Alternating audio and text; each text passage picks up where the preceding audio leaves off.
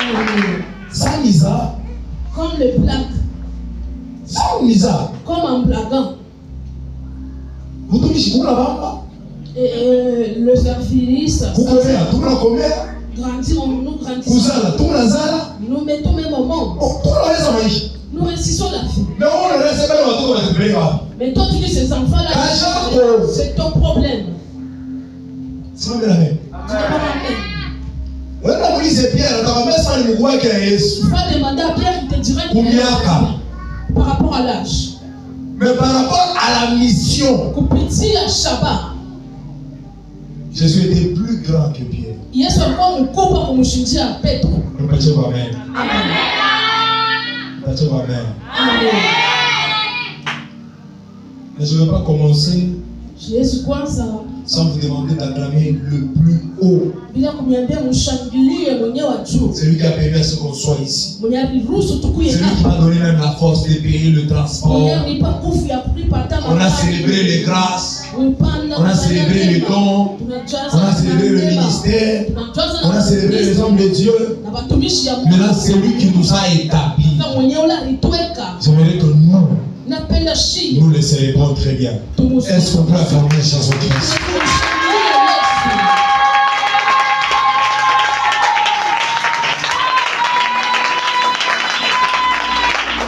Ézéchiel, nous prenons nos Bibles rapidement, on reste debout.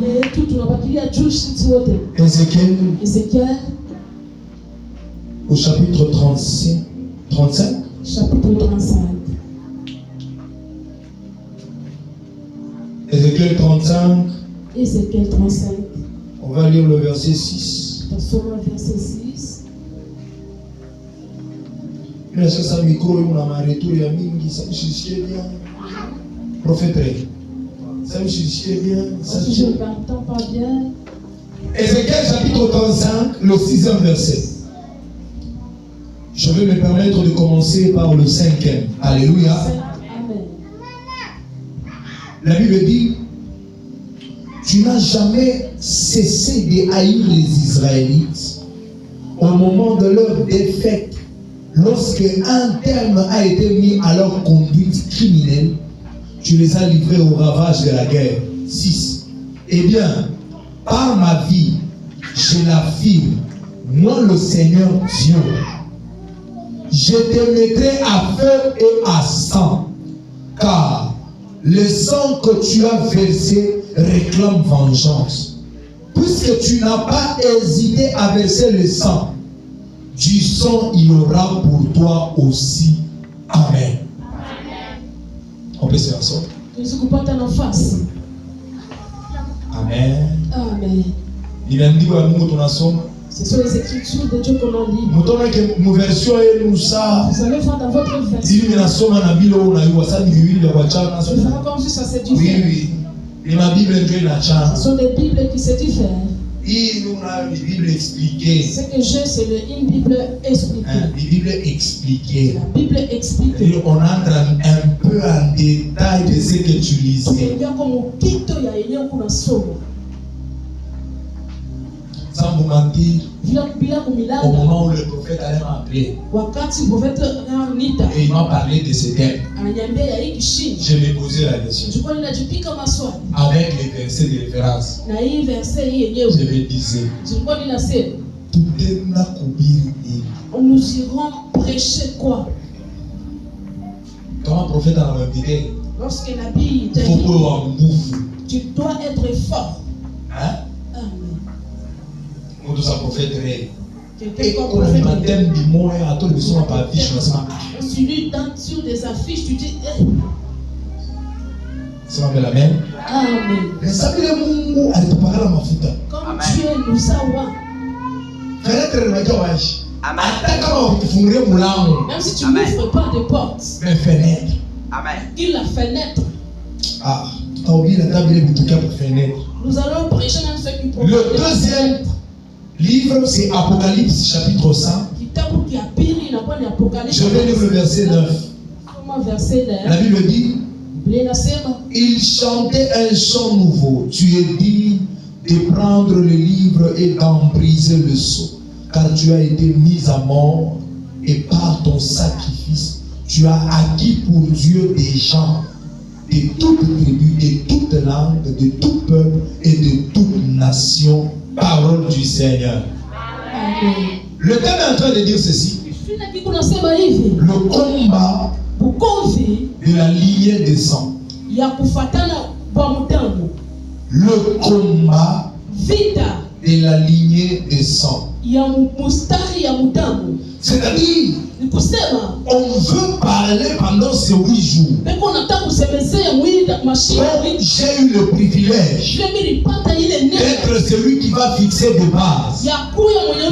C'est très dangereux pour moi. Si je ne dis pas ce qui doit être dit, je risquerai de détourner plusieurs. Mais je crois que le Seigneur parlera à la vie de quelqu'un ce soir au travers de mon introduction. Quand on parle du combat, c'est quoi un combat? Le combat, c'est une action menée entre 2 ou plusieurs personnes. Et ces personnes doivent être armées. Quelqu'un me donne la main? Ajoutez qu'on paye la main. Le combat, c'est une activité, c'est une action menée entre 2 personnes. Et ces 2 personnes doivent être armées. C'est là que tu vas voir dans un film. Quand il y a 2 personnes qui se battent, si l'autre n'a pas d'épée, il va chercher l'épée pour l'autre. Soit il va laisser son épée par terre.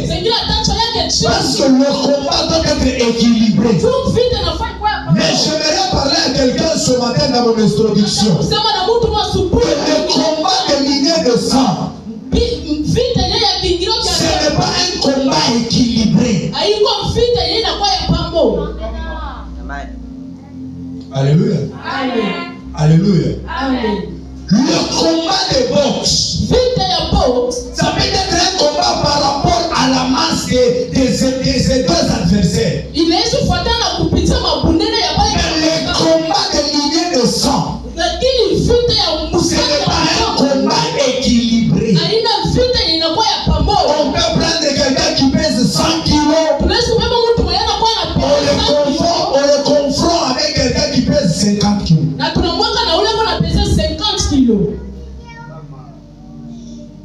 Alléluia. Amen. Alléluia. Amen. Commence à dire Amen. Si nous sommes dans l'église, commence à dire Amen. Si nous sommes dans l'église, nous sommes des sœurs et des frères. C'est ça. Amen. Amen. Si ton voisin commence à dire Amen, c'est pour ton bien. Alléluia. Amen.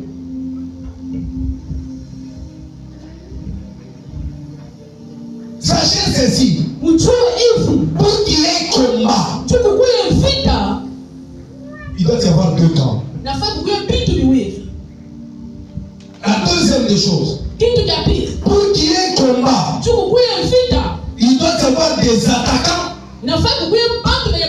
et les défenseurs. Alléluia. Amen. Alléluia. Amen. Et quand on parle de lignées de sang, je dis bien lignées de sang. C'est pas d'abord le sang. Le sang, c'est une liquide qui n'est pas forcément rouge, mais qui porte la vie et l'histoire d'une personne. Amen. C'est pas ce que vous comprenez. Le sang, c'est une liquide qui n'est pas forcément rouge, mais qui porte l'histoire et la vie d'une personne. Alléluia. Amen. Quand vous voyez la sémence d'un homme, wakati mnaona semence ya Mungu, pour qu'elle soit fécondée par la semence d'une femme. Vous allez voir que la semence de l'homme n'est pas rouge. Mais cette semence, c'est le sang que l'homme donne à la femme. Hein? Alléluia. Amen. Alléluia. Amen. Aujourd'hui, j'ai un enfant chez moi à la maison. Quand je regarde Israël, je ne me rappelle pas quand est-ce que j'ai pris mon sang, je l'ai coupé, j'ai donné à ma femme, je ne me rappelle pas. Quelqu'un me donne la main. Amen.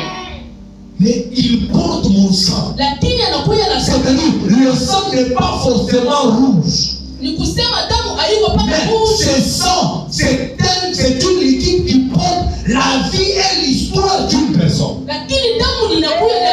J'aimerais souligner les deux choses.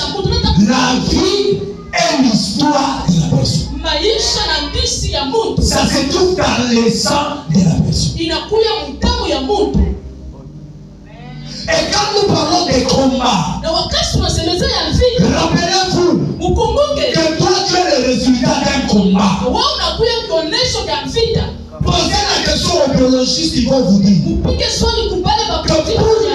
la fœtus soit fécondée dans le ventre de la femme, il y a plus de 3000 spermatozoïdes qui courent pour être fécondés.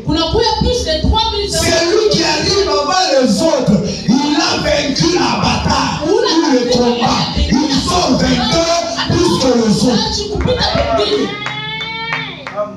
C'est pourquoi quand un bébé vient au monde, ce n'est pas n'importe qui. C'est un véritable guerrier. Quelqu'un me donne la main. Amen. Quand je me vois, quand je te vois, je ne vois pas n'importe qui. Je ne me prends pas comme n'importe qui. Je sais que je suis un vainqueur. J'ai combattu avec mes frères dans le corps de ma mère. Ils n'ont pas été plus forts que moi. J'ai été plus fort que eux. J'ai couru rapidement. La rapidité.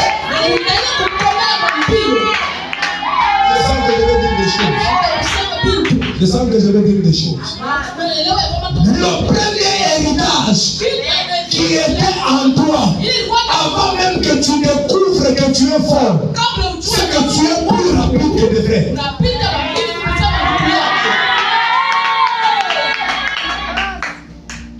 Amen. Amen. Tu vois, s'il y avait un autre spermatozoïde qui était avant toi, il devait être fécondé avant toi. Mais toi, tu as été plus rapide. La première des choses que tu as, j'aimerais dire à quelqu'un, même quand on vous dit que dans votre famille vous avez un esprit de retard, je vais informer à quelqu'un, dans le ventre de ta mère, tu n'étais jamais en retard.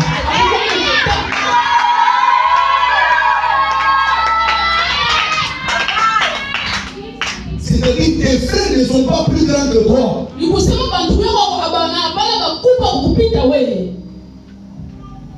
Je peux parler? Je peux parler?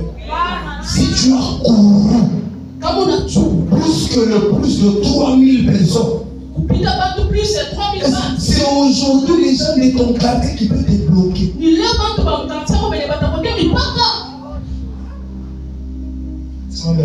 Amen.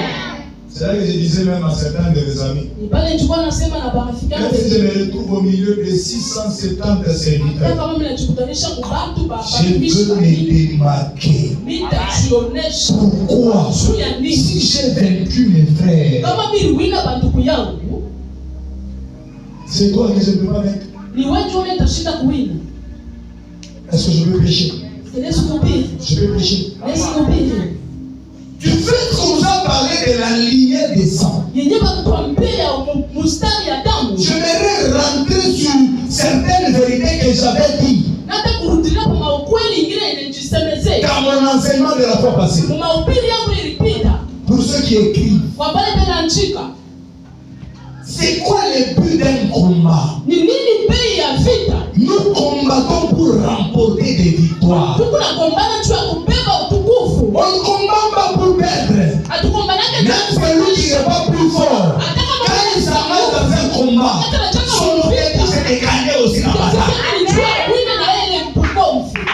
Sinon, je ne devais pas m'engager. Si je m'engage pour remporter là, est-ce que je peux bouger avec l'église? Si je m'engage, c'est pour remporter là. Alléluia. Alléluia. Mon vieux voisin, il a même raté. Il joue à bien à toi seul. Je vais dire 6 vérités sur les sangs. Très rapidement. La première vérité. Le sang n'est pas un simple liquide, mais il est spirituel. Il a des qualités spirituelles. Quand vous regardez le sang n'est pas seulement un liquide. Il a des qualités spirituelles. Le sang a une bouche. Le sang a des oreilles. Le sang a le main. Le sang a le pied. Le sang a quelque chose à faire. Le sang peut poser des mouvements. Le sang. Ça, c'est la première vérité. La deuxième vérité. Le sang est le premier héritage qu'un homme reçoit de ses parents. La première chose que tu reçois de ton père et de ta mère, c'est le sang d'abord.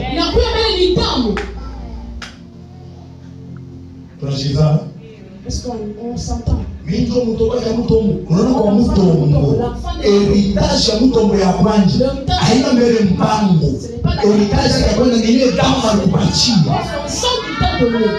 Ndio uherite ile mpango ya mutombo. Ilikuwa mbele kwa damu ya nani?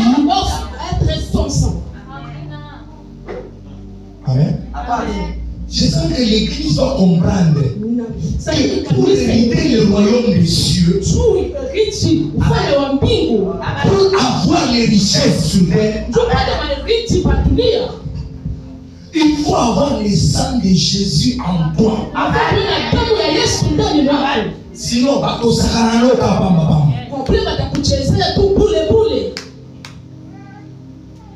Alléluia. Amen. Alléluia. Amen. La deuxième vérité, j'ai dit, c'est quoi? Les sangs, c'est le premier héritage que tu reçois d'aider. Si tu avais un parent qui était sorcier, j'avais défini les sangs comme étant une liquide qui possède l'histoire d'une personne et la vie de cette personne. C'est-à-dire, quand ton grand-père, ton père, ton aîné était féticheur, tu as l'histoire du fétichisme en toi et tu as la vie d'un féticheur en toi. C'est pourquoi tu vas aller sur cette terre. On ne peut pas l'accepter facilement. Pourquoi? Parce que dans ton sang, il y a l'histoire du féticheur et il y a aussi la vie du féticheur. C'est très dangereux. Il faut comprendre le sang qui est en toi. Je dis à une personne, la majorité des combats que nous avons sur terre, c'est premièrement d'abord les combats que nous avons hérités, que ceux qui nous ont donnés. Je veux parler à quelqu'un. Tu mets aujourd'hui un enfant, mais tu étais prostitué. Tu l'as eu dans la prostitution. Cet enfant porte le sang d'une prostituée. En d'autres termes, il a l'histoire à lui de la prostitution. Ce qui va commencer à l'attirer, c'est la prostitution. Ce qui va tourner comme une fille normale, c'est la prostitution. Et pour lui, l'histoire va le pousser à être prostitué. C'est pourquoi j'ai toujours dit ceci à mes enfants. Ce qui t'attire, définit ta nature. Tu ne peux pas être sale et être attiré par les choses sales. Je veux prêcher quelqu'un? Tu ne peux pas être un homme qui pornographie au même moment. Na unafuata na vitu vya Tu peux pas être quelqu'un qui aime Dieu et Dieu dans au même moment. na unapenda Tu kila peux pas être quelqu'un qui aime servir Dieu hawezi kuwa mtu mwenye anakuwa et tu as une vie de désordre. na unakuwa na maisha ya tesa. Ce qui t'attire Ina kukokota définit ta nature. inaonesha kile wiko. Écoutez, Sikiliza. soyez sérieux avec vous-même. Mkuye sema na wewe penyewe. Peut-être sois moins sérieux avec le voisin.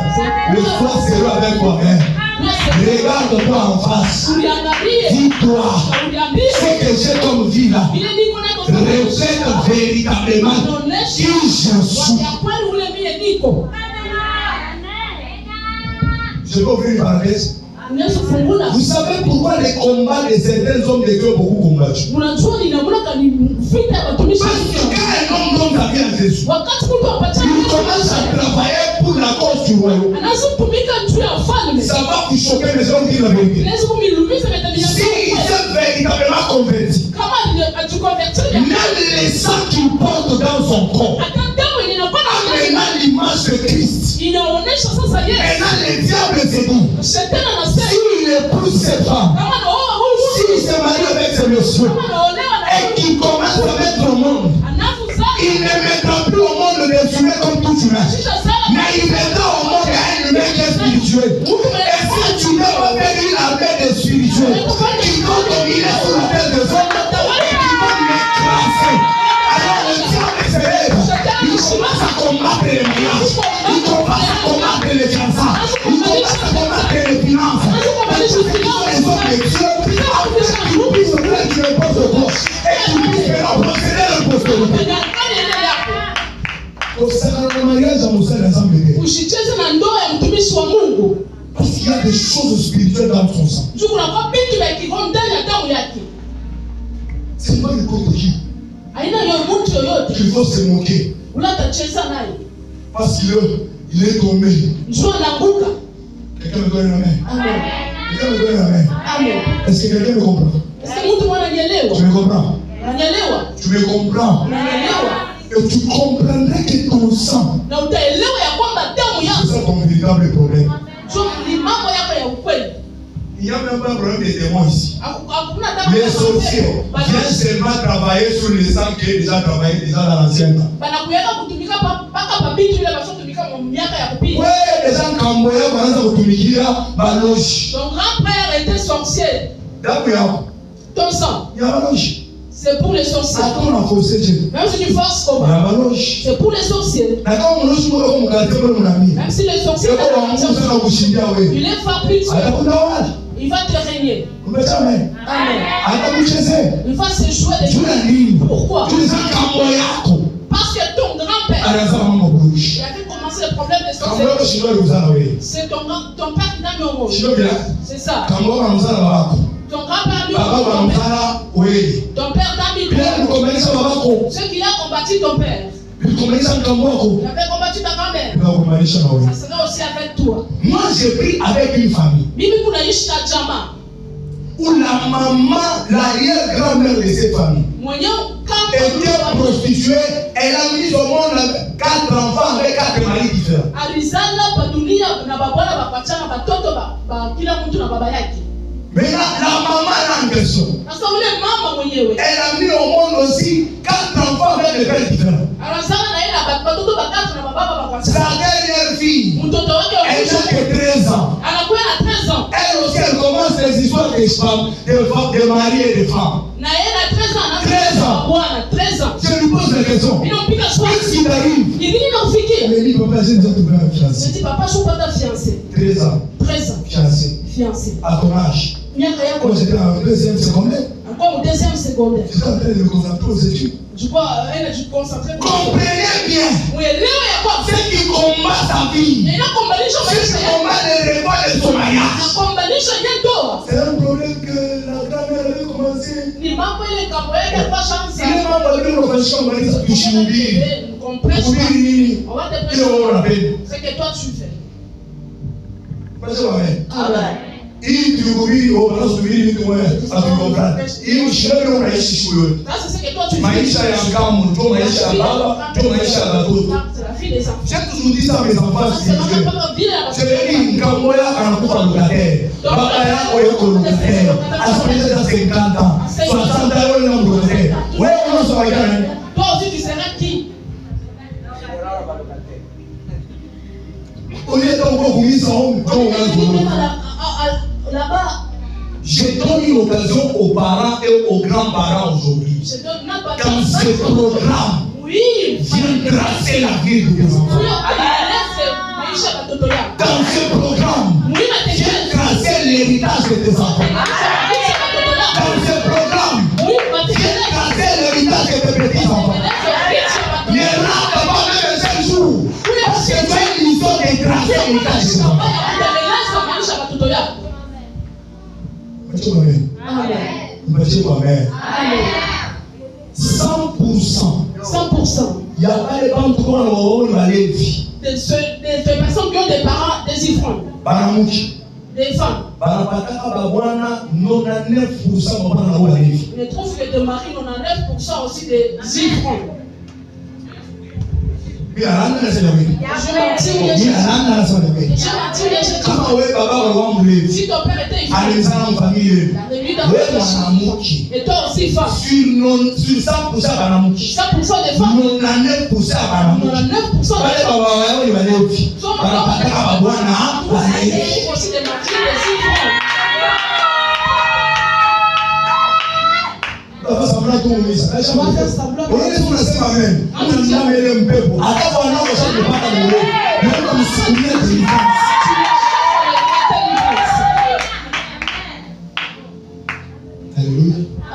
Alléluia. 99%. Et 100% de 100% de ces personnes donc séparées étaient dans des polygamies. 99%. Toujours des familles qui sont des polygames. Pourquoi? Ce qui t'attire définit ta nature. Ça va m'étonner. Ça va m'étonner moi. Que je sois prédicateur de la parole de Dieu. Mais ce qui va m'intéresser, ce soit la musique mondaine. Il n'y a pas de relation. Il n'y a pas de relation, c'est ça. C'est pourquoi chez moi à la maison, je n'ai pas le temps de regarder rien de la vie. Vous allez m'excuser. Chez moi, j'ai le temps de suivre les prédications. Je m'enseigne, je suis les enseignants. Alléluia. Amen. Je n'ai pas le temps. D'aller sur le match. D'aller faire les sports. Mon sport. Juste aujourd'hui. Je suis toujours comme ça. Je suis toujours comme ça. Tu connaissais mon sport? Les genoux. Mes frères. Il n'y a pas un grand travail dans ce monde comme la prière. Tu dis, si tu te donnes un rendez-vous, prie avec toi jusqu'au dimanche. Tu vas prier. Tu vas faire même des jours. 4 jours. Et tu penses que la prière, tu penses que tu peux faire parce que tu pries. Tu cherches le requête. Tu vas te fatiguer. C'est pas facile. C'est le sport le plus difficile. Il n'y a pas de sport, il y a un gros sang. Amen. C'est pourquoi vous allez voir la personne qui a déjà pris.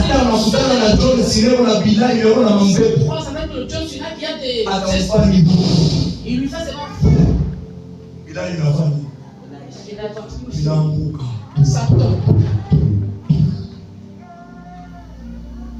C'est le sport le plus difficile. Il n'y a pas qui dit moi qui a un gouffre. Amen. J'ai parlé des deux vérités. La première vérité dit quoi? Église, la première vérité dit quoi? La première vérité. Présent? Les sang est spirituel parce qu'il a les qualités spirituelles. La deuxième des choses, j'ai dit quoi? Le premier premier héritage que tu reçois de tes parents, c'est le sang qu'ils te donnent. Est-ce qu'on peut acclamer pour le Seigneur?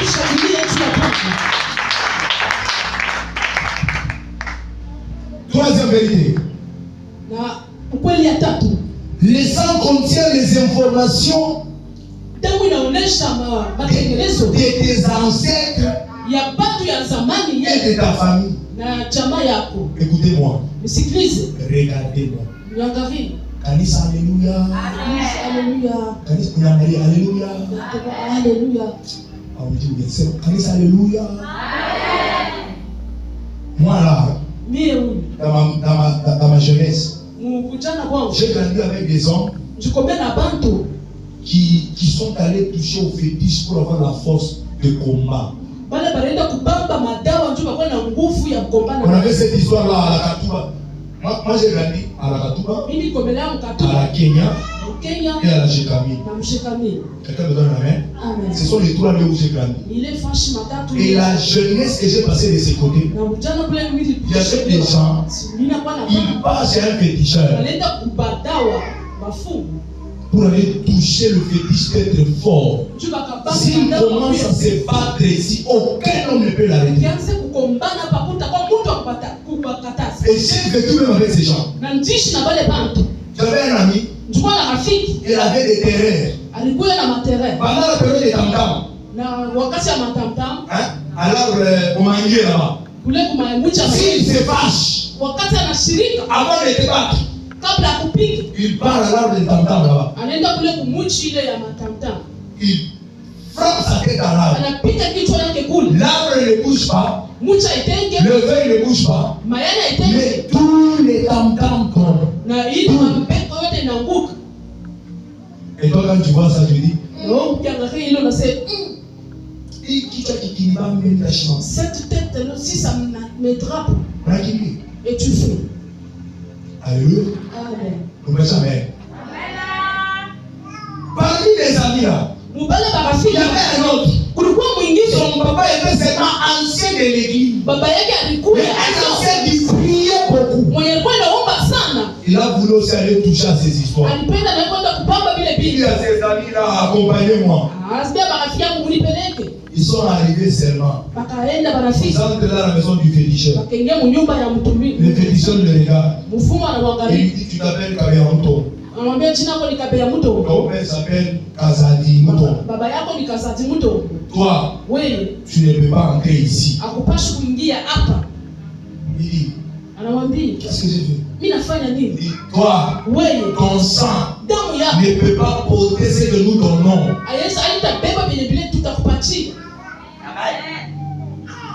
Alléluia. Amen. Alléluia. Amen. Alléluia. Amen. Il dit, ton sang ne peut pas porter ce que nous faisons. Parce que ton père prie beaucoup. Sio ki maombi inasikiliza. Anapaka wewe. Inasikiliza wewe uko unafanya. Ukaanza. Tuanze kuomba.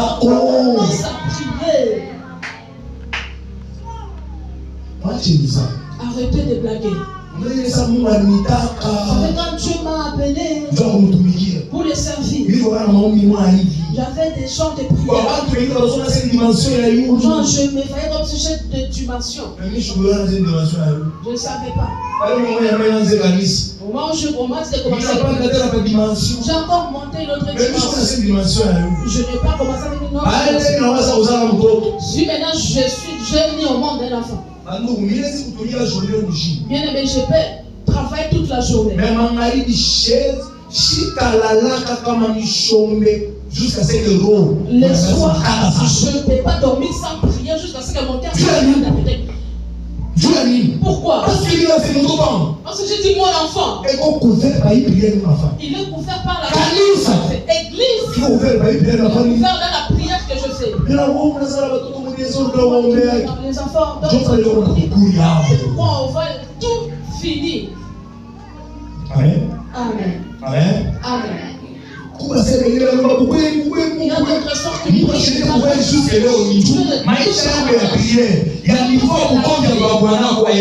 combat de ton mari ne sont pas dans le même niveau. Moi, j'ai les frères. Quand tu vas et maintenant il va te donner le mariage.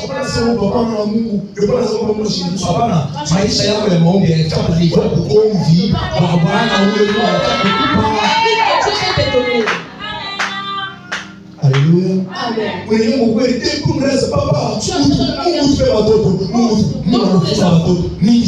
Pourquoi? Véritablement parlant. Sinon, les gens ne pètent tes rafis. Vivre pour que tu plaies. Jusqu'à présent.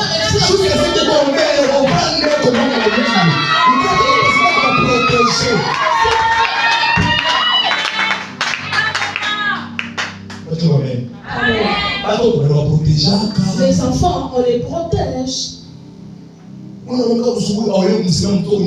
Tu te réveilles le matin sans même parler de moi. Ni Moussa c'est dans le roule. Tu te réveilles le matin, tu réveilles. Kabéa. Allez, prépare. Dati. Les femmes t'onctionner. Éteins. Va faire cela. Ces enfants, est-ce que tu as tué?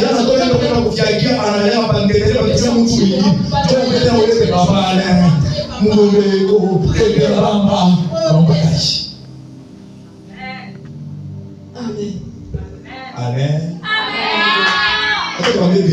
Laisse-moi te dire la vérité pour ne pas te faire perdre. Les sangs que tu portes, c'est l'héritage. On se dit que les sangs portent les informations. Comme pour ces garçons-là, on l'a refusé. Je sens pour dire quelque chose. Vous savez, à Bethel, il y avait des gens qui partaient là-bas. Il y avait des gens qui dormaient là où Jacob avait dormi. Mais personne ne voyait une vision où les chaînes, il y avait des anges qui montaient qui descendaient. Vous savez pourquoi? Parce que ces gens-là n'avaient pas le même sang qu'Abraham. Mais comme Abraham avait bâti l'autel pour l'éternel à Bethel, et que son petit-fils Jacob, il est allé à Bethel, il a dormi à Bethel, il a vu les ciels civils parce que son ancêtre était bâti à Bethel et il a bâti un hôtel. La présence de ton ancêtre dans un endroit et donc la possession de cet endroit-là. Bongo. C'est faux. Bongo. C'est faux. Chia. Écoute. Si mon père a été né à Kabine, même si je ne suis pas lorsque j'arrive là-bas, c'est ça que si le père de Kabine n'a pas accepté. Quoi? Mon père. Il est né à Likasi. Je pars à Likasi pour que j'échoue. Je ne peux pas. Je vais jouer pourquoi? Combien de sang que j'ai? Je suis en train de je ne peux pas échouer. jouer sur le shield. Quelqu'un me donne. Amen. Amen. C'est pourquoi je te parle. Je commande à vous s'aimer. Sois celui. Quand tu arrives sur cette terre, pose des actions. Il faut faire ce que tes enfants, tes petits-enfants, puissent écouter de ce que tu as fait.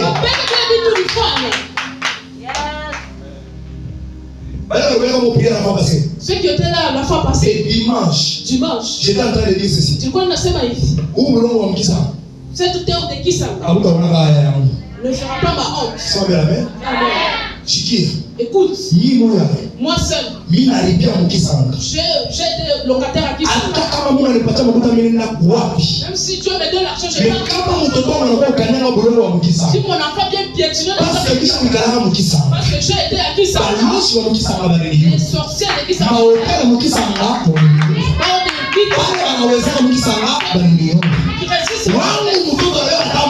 Mon enfant qui a pris mon sang.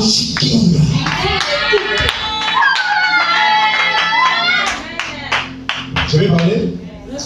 Je Je vais parler. Vous savez pourquoi la mer pouvait écouter la voix de Jésus? Vous savez pourquoi les poissons dans la mer pouvaient entendre quand Jésus parlait? Parce que Jésus, il est la pièce maîtresse de la création. Il a été là avant le commencement de toutes choses. Et la voix de Jésus était la voix avec laquelle Dieu est en train de créer les choses sur terre. Les poissons peuvent être monte dans le parc. Allons-y en fait. Allez, jette les filets.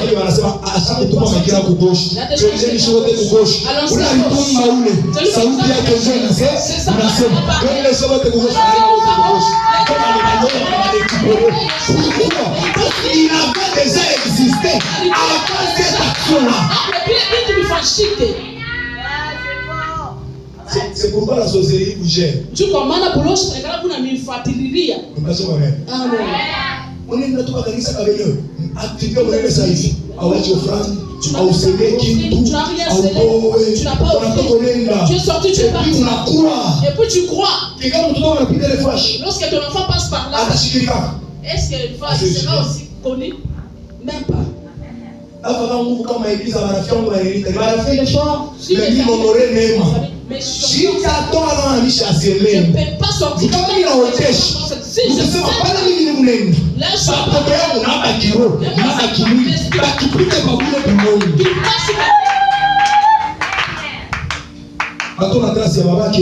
fait les traces de son père. Amen. Amen.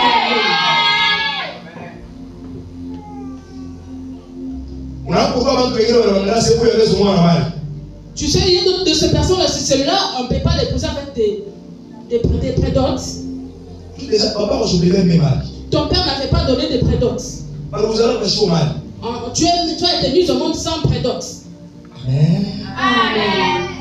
Tu as honte, c'est le problème de ta vie. Qui fait? Ta mère ne fait pas donner de prédotes pour te mettre au monde. C'est problème. On va plus t'écrire. Mais dans ton sang, ça existe. C'est pourquoi tu verras ce que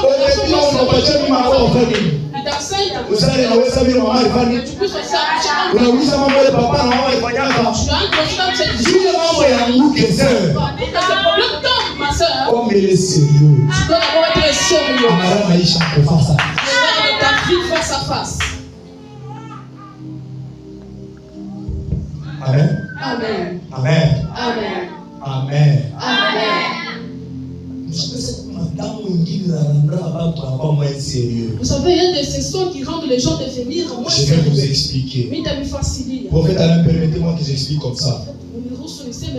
Prophète Alain rencontre maman pasteur. Croise maman pasteur. Prophète Alain est tellement sérieux pour moi.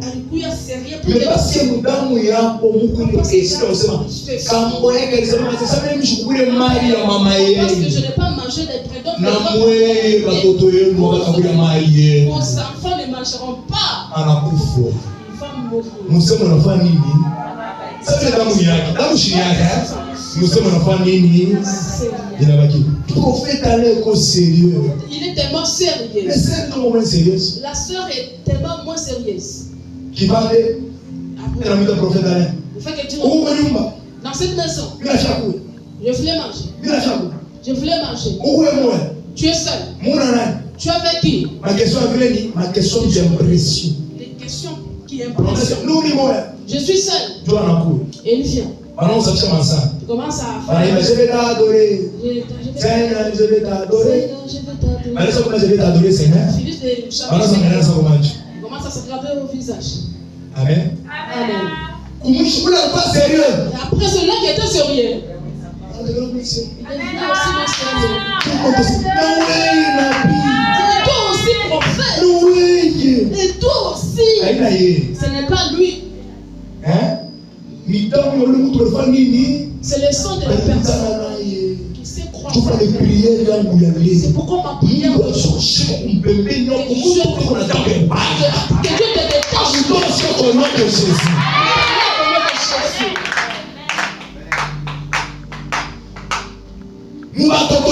Dans tes enfants.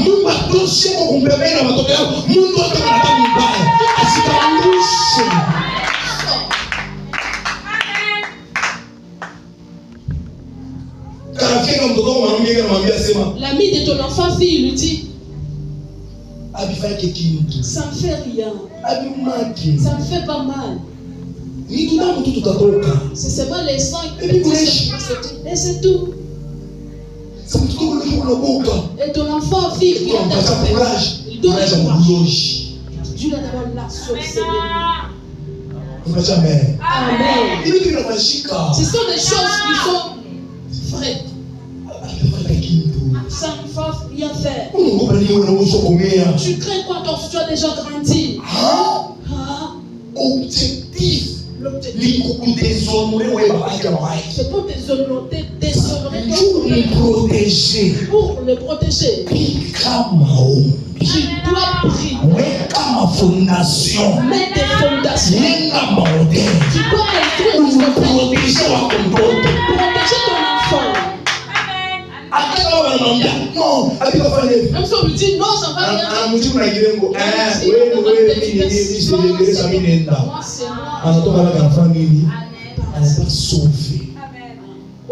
moi. Amen.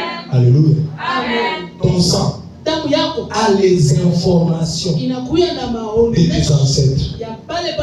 Et ton sang peut même définir ta finalité. Hein? Amen. Je veux bien. Hein? Quand moi je divorcé, ton grand-père a été divorcé. Il était divorcé, ton père. Et toi aussi tu seras qui? Selon les gens qui aiment le mariage, on a ensemble. Et puis on a fait après 2 ans, on a moi j'aime pas ça. Tout le monde devient toujours mauvais. L'esprit a commencé avec ton grand-père. Et aussi ta mère. C'est ça qui te révèle. Tu sais pourquoi? Dieu dans les sangs. Pour ce qui concerne les sangs. Pour que ça tombe. Tu dois d'abord être sérieux. C'est là que tu seras sérieux. Il y a les gens qui ne sont pas sérieux. Tu souffres et tu dis non, je ne souffre pas. La vie là que tu mènes, c'est ta vie.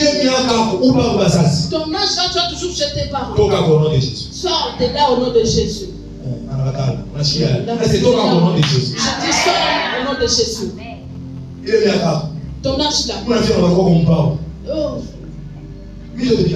Ah, moi, c'est moi. Moi, c'est moi. Je te laisse alors. Maman, moi, je prends la maman. C'est. Bwana magoti, tafuta Bwana, Mungu akupatie, akumbusha mali yako. Nende kwako. Chez toi.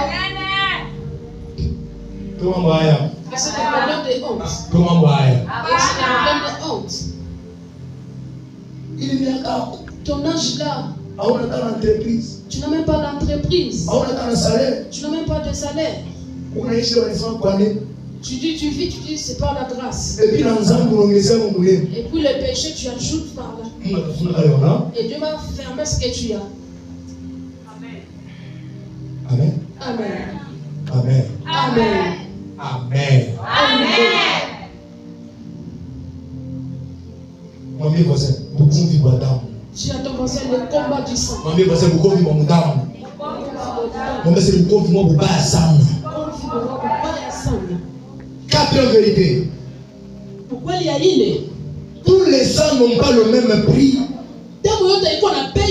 sur le marché sacrificiel spirituel. Tous les sangs n'ont pas le même prix sur les marchés sacrificiaux spirituels. Parce qu'il y a des marchés spirituels où on pèse le prix du sang. On se pose la question, est-ce que ces sangs valent la peine d'être purs? Pourquoi le sang d'une vierge est différent du sang de quelqu'un d'autre? C'est pourquoi le sang d'un homme qui n'a jamais connu de femme est différent du sang d'un homme qui couche avec toutes les prostituées de 111. C'est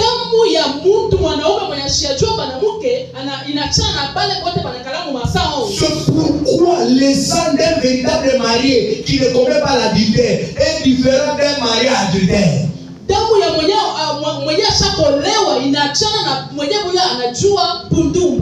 Le sang de quelqu'un qui pêche est différent du sang de quelqu'un qui ne pêche pas. Le prix se diffère. La valeur de ton sang est proportionnelle au prix que tu portes. Amen. Amen. Amen. Amen. Il y a des gens qui portent le sang. Peut-être c'est non bon dans la vie. Peut-être bon dans la vie. Lui, dans leur famille, sont les experts dans la vie d'être bon. On doit être bon. Il suffit qu'on appelle pour aller travailler dans une maison, même seulement dans une maison de 2 pièces, on va payer 50 000.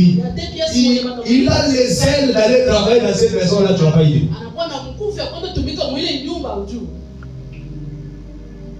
Il y a aussi des gens qui ont le sang, qui a le prix d'être un président de la République. Que vous le voulez ou pas, dans son sang, il y a le prix de régner sur les autres. Il régnera toujours.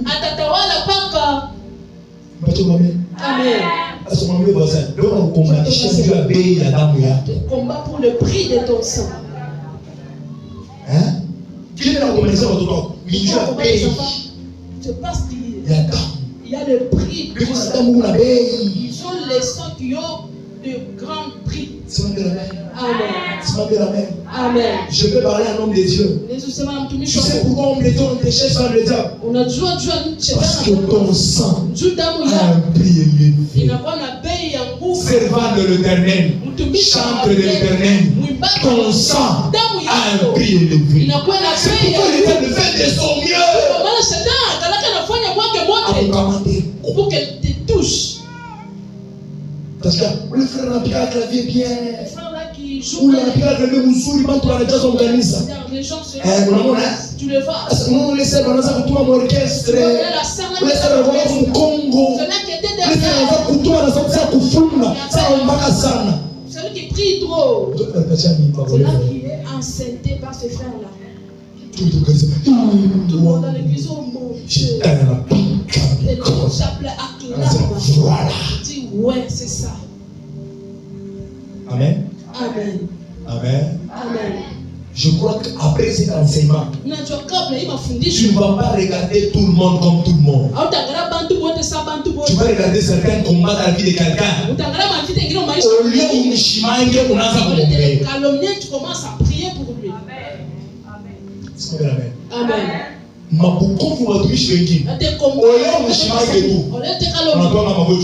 Tu pars à chez lui, tu commences à prier pour lui. Pourquoi? Parce que tu te dis que ça ne peut pas marcher. On touche une fille, une jeune fille très belle. Le mari. Katako. Amen. Amen. Alléluia. Amen.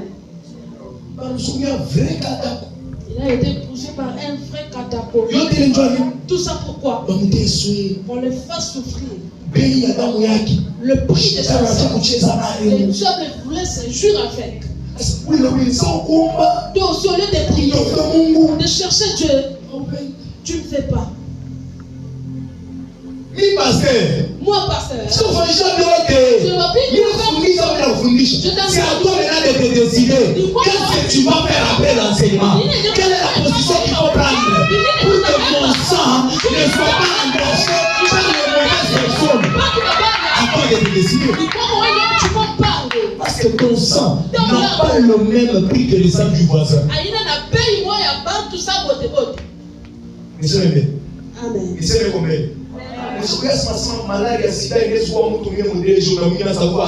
maladie du sida peut tuer la personne dans des jours. Le sang de l'autre est plus fort que l'autre.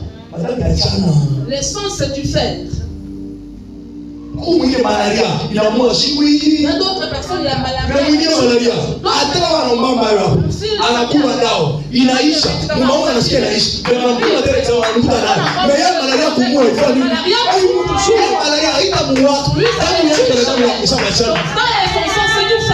C'est comme si dans la vie,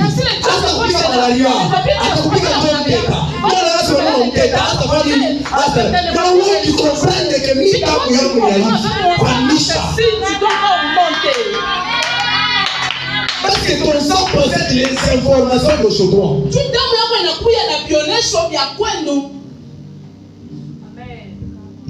Amen. Amen. Amen. Amen. Papa, on appelle ça en bouche. On appelle ça en bouche. Ton père aussi aime manger. On a une information en bouche. De manger les chats. Tout ce que vous pouvez faire, les bouches, s'il vous plaît. Les chats, vous plaît. Ne pas jamais. Amen. Amen. Sur les marchés spirituels, on ne prend pas tout le monde comme tout le monde. La personne qui vient, ce n'est pas la même personne qui vient. Moi, parce que les niveaux, c'est différent. Il ne faut pas dire tu ne connais pas les poids de son sang.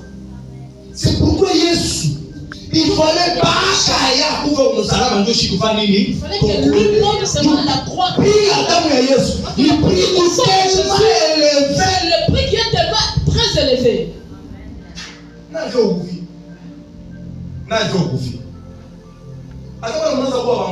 Même si on tuait les chefs, pour que Dieu pardonne les péchés, tu sais que les chèvres n'ont pas de tête dure.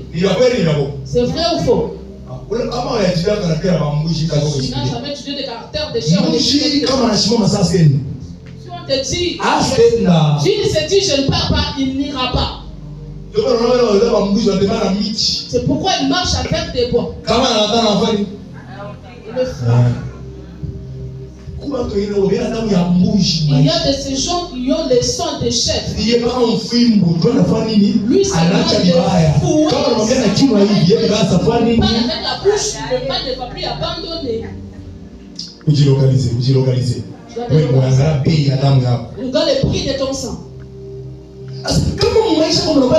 Si dans ton sang tu as le sang de chef, sera des combats qui sera. Ça ne sera pas comme pour tout le monde. Tu seras là, tu dors la nuit. Tu sens comme ça, on te met dans la surface. Amen. Amen.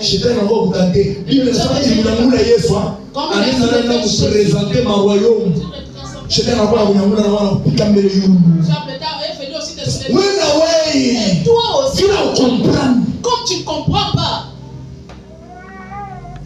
Alléluia. Amen. Quelqu'un s'est retrouvé dans le message? Tu t'es retrouvé dans ces messages? Est-ce qu'on a tu as compris le poids du sang? Tu as compris le prix que ton sang porte? Alléluia. Amen.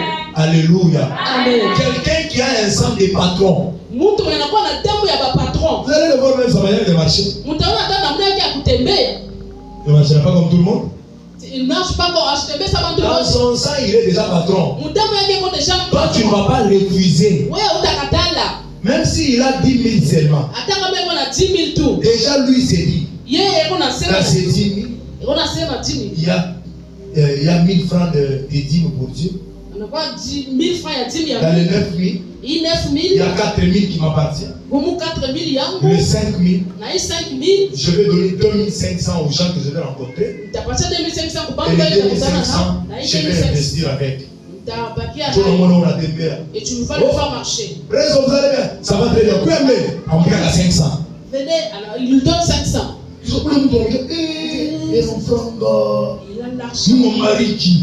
Dieu le bénisse. Quand il dit que Dieu le bénisse, Qu'il laisse mon famille. il va le bénir.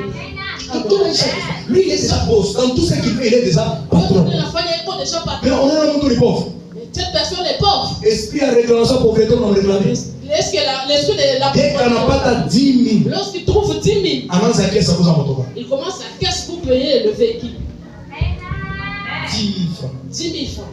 Il commence à encaisser pour payer le véhicule.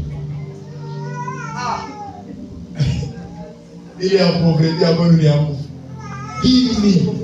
On a ta caisse. Tu commences à caisse. Il y a qui m'a dit, il y a mawa, il y a sur le couille. On parle de votre bambou ça. Nous il y a qui m'a il a là dans son il a. Mais déposer au petit guitare pour les loups. Il quand on va tout au mois, toujours c'est ce qu'il avait trouvé. Oui, le capon, il caisse le 10 000 francs. Va détruire les café de la famille. Fais avec ce que je te dis. Quelqu'un me donne la main. Amen. Je vais payer la main là. Amen. C'était le quatrième. Cinquième. Le poids de ton sang définit ton poids spirituellement et physiquement. Bei ya damu yako inaonesha ya namna yako. Le poids. Bujito ya damu yako inaonesha hali yako ya kiroho. Tous les sangs n'ont pas le même poids. Damu yote iko na bujito kumoya. Il y a les sangs qui pèsent plus que les sangs des autres. Damu kuna kwa ingine inakalana pesa kupita ingine.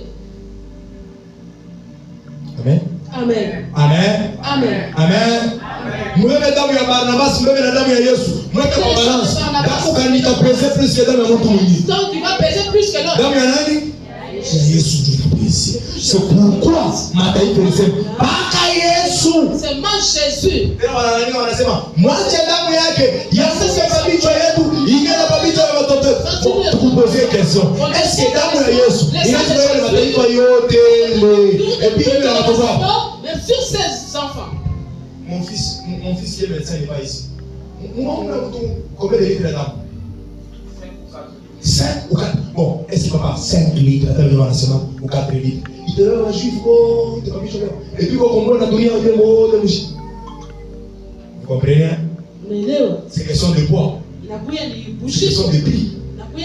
Quand ton sang a beaucoup de poids, tu verras que quand tu arrives dans un lieu, même s'il y a plus grand que toi, mais quand tu es mince, tu es chétif, tu es maigrichon, on va te prendre. Parce que ton sang pèse. Elle a même un diplôme. C'est pas le problème des diplômes. Le diplôme est dans le pèse. Il y a des gens qui ont des diplômes, mais il y a des gens qui n'ont pas de diplôme, mais leur sang pèse. Tous les sœurs. Il est sorti de chez nous là-bas.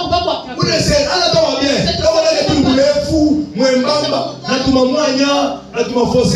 Mais où les frères roulent? Ces frères-là, beaucoup ne font pas connaître.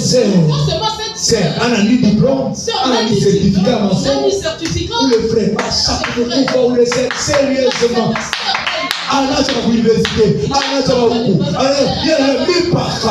Moi seulement celui-ci.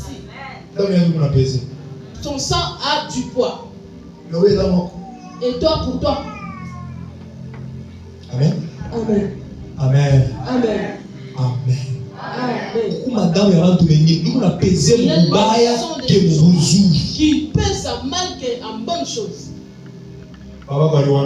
Ton père avait tué les gens. Ton grand-père avait tué. Ton oncle avait tué. Petit soeur qui a force. Mon frère. Pas sérieux. Sois sérieux. Eh, mon non, petit soeur, on le fait. Oui. Il est de votre sang. Il est de chez vous ou pas? C'est l'enfant de ton père ou pas? Si tu fais vous contaminez vous tous. Hein? C'est le Dieu nous Ataloka. Il va sorceller.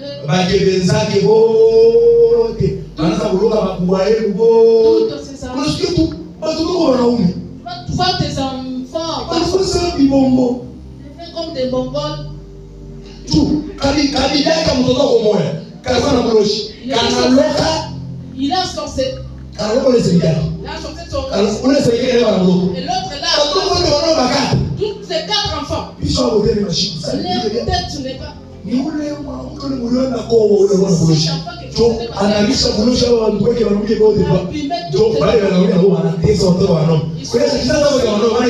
Toute leur génération, 16 joueurs. Et tu commences à pleurer.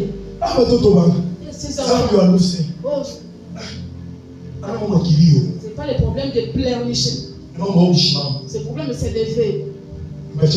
Amen. Écoute. On a épousé cet enfant, cette femme qui est partie au mariage. Il n'est pas bien.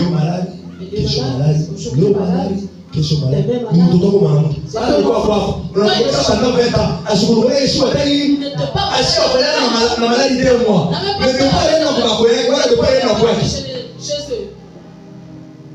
Donc, mon lien à mon malade, dans leur lien, il y a des problèmes. Je ne vois plus la place.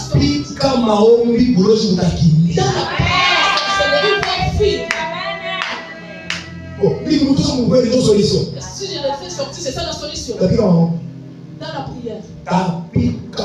Je vais prier. Je vais chercher Dieu. La chose là va tomber. Alléluia. Amen. Ajoutez Amen. Le poids de ton sang. Plusieurs personnes ici ont des sacs qui pèsent. Mais ils ne savent pas en quoi est-ce que mon sang pèse. D'autres leur sang pèse dans des commerces. Arrête de me dire. 357 pages, 899 pages, 4077 pages. On a eu ça, on va dire qu'il ça, il m'a dit tout, on va voir. C'est tout, tu as ça. Mais quand je Et à la fin, le travail. Maintenant 47 ans. Tu commences à vendre les babouches. Dans 3 ans, nous 3 ans. On a fournisseur à ma papa quartier de bouche. Fournisseur à ma papa. Tu as su, tu te dis, j'aurais dû avoir beaucoup de ton sang, tu vas découvrir dans quel domaine il pèse. Il a du poids dans quel domaine. C'est mon père. Amen. Je vais la même. Amen. C'est mon père. Amen. Baba va chez moi comme Dieu. Ton père n'a jamais été serviteur de Dieu. Même ton grand-père n'a jamais. Toi, le serviteur de Dieu. Mais tu contamines, tu mélanges le péché et le péché. Tu ne t'aimes pas. Tu ne t'aimes pas. C'est toi le premier serviteur. C'est toi le premier. C'est toi le premier. Dieu te montre des visions. Dieu te montre. C'est toujours toi les blagues des femmes. Tu ne t'aimes pas. Tu vas mourir. Tu vas mourir. On ira t'enterrer. Avec nous. Avec moi, je dis. Laisse-moi, je vais prêcher là-bas. Je vais prêcher là-bas. Je réveille, tu ne vas plus te réveiller. Alléluia. Amen. On pense que tu t'es joué avec des choses qu'on ne joue pas avec. C'est toi le premier. C'est Dieu a béni. Tu commences à voir les sons qui pèsent. Au lieu de commencer à offrir, tu deviens éteint. Arrête de faire ça. Tu deviens comme ça. Comme un gorille. On fait l'appel. Donner l'offrande. Je n'ai pas. Ça va tomber. Amen. Amen. Amen. Amen. Moi je connais un nom de Dieu. Mais il y a une c'est lui qui était le premier personne. Tout quelque part. Parce que là, on a fait $30. $50. Bien, mais j'avais $30 et $50. Mon forcément c'est $50. Et le cœur me fait mal. Comme toi tu es serviteur, tu sais travailler dans les sphères spirituelles. Donc cette offrande, je vais ouvrir ton mariage. Mon mariage, c'est là que mon il a mis les $50, il m'a il a 3 mois, il a fait mariage, il a fait $50, le pourtant, il a tout vu. Quand il a fait offrande, à Chitou, il a mis 3 mois, il a mis 3 mois, c'était beaucoup, un chèque pour faire. Amen. J'ai 5 000. Et 5 000. Et c'est tout. Pour trouver ça, je dois faire ça. Et pour, c'est ça, offrir. Tu vois. Demande à la pourquoi. Et Isaac. Tu vas plus trouver. Pour 100 ans. Avec toi et moi pour offrir Dieu. Isaac. Amen. En matière de sacrifice spirituel, dans la matière de sacrifice spirituel, n'annexez jamais un conseiller pour le faire. Ça va vous choquer, c'est la vérité. N'annexez jamais un conseiller si vous voulez faire un sacrifice qui est spirituel. Parce que si Abraham avait dit à Sarah que je pars pour sacrifier Isaac, vite, ça allait être le combat. Sarah va dire c'est là. Abraham soit il est soit tout le monde a bloqué Abraham. Tu ne vas plus sortir. Mais comme Abraham savait le prix qu'il fallait payer, il connaissait le plan qu'avait Isaac. Il a caché ça. Nous allons adorer moi et là. Je veux des gens qui vont dire aujourd'hui dans ce programme que nous allons adorer moi et tous ces péchés. Même quand tu vas dire à ta femme, il a fait tout ça par une main. Après, on va faire ce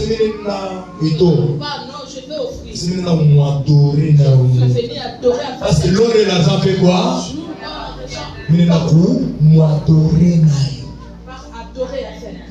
Quelqu'un me donne l'amen. Je vais finir avec le dernier point. Le 6e. J'étais en train de fixer mes bases sur lesquelles je vais travailler demain. Alléluia. Amen. Toi qui vas rater tes mots. Toi qui vas rater les mots. Toi qui vas rater la fin. Le 6e point. Ou la 6e vérité sur le sang. La qualité de ton sang définit la qualité de ta vie. Qualité ya damu yako ndio qualité ya maisha yako. La qualité de ta vie. Kama uko na damu ya mara. Si tu as le sang du cochon. Na fashi le bantu wote wanaweza. Là où tout le monde va, et si toi tu vas échouer. Toutes les personnes qui ont des sang du cochon, c'est ça. Et moi, je vais échouer.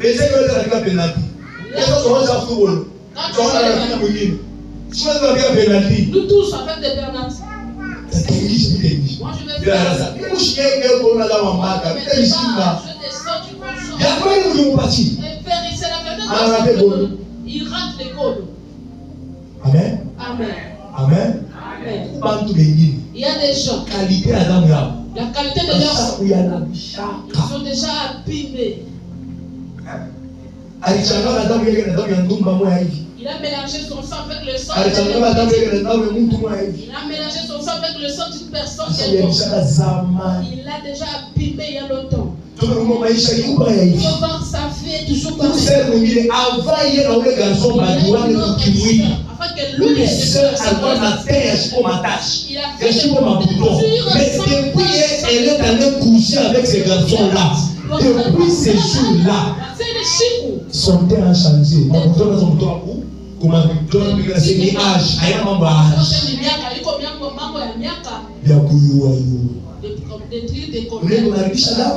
Il est parti abîmer les sangs. Alléluia. Amen. Je prêche. Est-ce que je prêche? Quelqu'un me donne un amen. À cause de la vie, vous voyez là. Les amis que tu avais. Les mêmes soins que tu avais pris pour te laver. Pourquoi moi c'est très difficile? T'es loin que tu ça va entrer dans ton corps. C'est ça. Amen. C'est pas partout il faut aller se laver.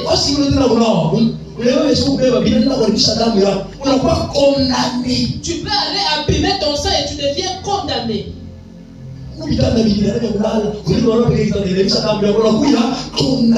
Tu peux aller dormir dans d'autres lits qui abîment ton sang et tu deviens condamné. Pasteur. Toutes les scènes n'ont pas le même sang. Toi, tu penses que parce que tu vas coucher avec l'autre, c'est bien. Tu vas coucher aussi avec l'autre, ça sera bien. Et tu vas finir, tu vas tout perdre. Tous les stress. Ah, papa m'a donné l'onction. Il m'a dit, je vais te faire l'onction. Je vais te transférer l'onction par la voie la plus courte. Viens chez moi dans la maison. Allons dans telle chambre.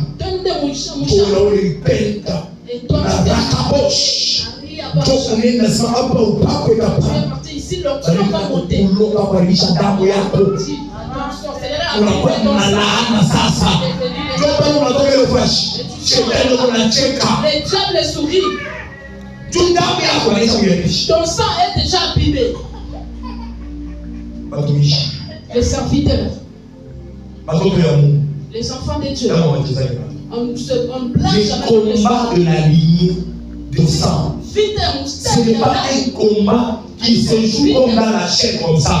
C'est-à-dire tu te bats dans la chair, il y a les sangs qui tombent. Ce n'est pas un combat. C'est un combat qui est à l'intérieur.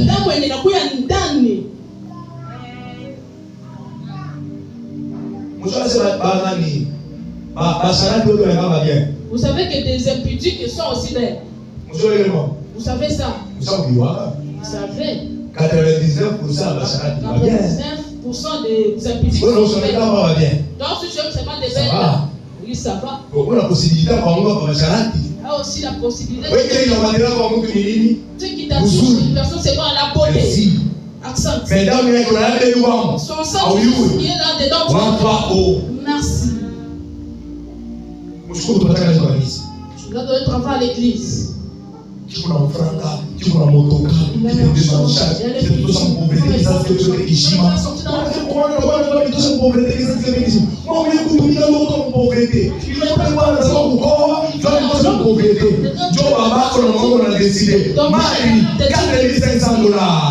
as ma veste, 7 vestes, les pagnes 7. Tu as les livres à 7. Il est qui voit dans la gueule. Ça veut dire que ça doit pouvoir il est comme dans mon motoya. Il a doit prier dans mon motoya. Il a doit sana. Parce que la suite est encore vierge. Il connaît le poids de son sang. Il va tout donner. 3 mois de mine. 3 mois c'est pour. Dans l'état Maïti. Et tu dis, une fille. Oh mon Dieu, tu as perdu l'enfant. À cause de ta jalousie. Aujourd'hui, c'est pas des parents qui acceptent les mariés. Je suis homme de Dieu, je prêche ce que Dieu me met à cœur.